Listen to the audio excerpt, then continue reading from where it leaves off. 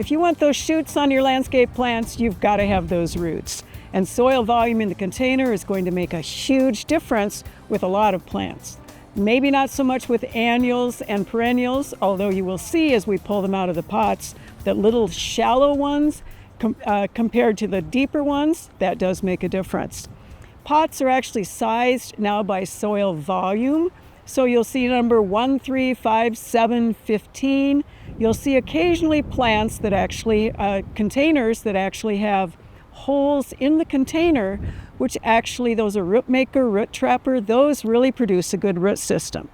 The long and the short of it is though, if you have a larger soil volume in those containers, you are highly likely to have a better root system.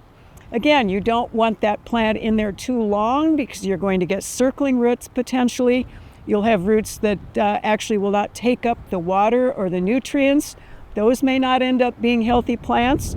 So you will also see on occasion in a garden center or a box store, you'll see plants that look like they're in a gallon, which is technically a number 1.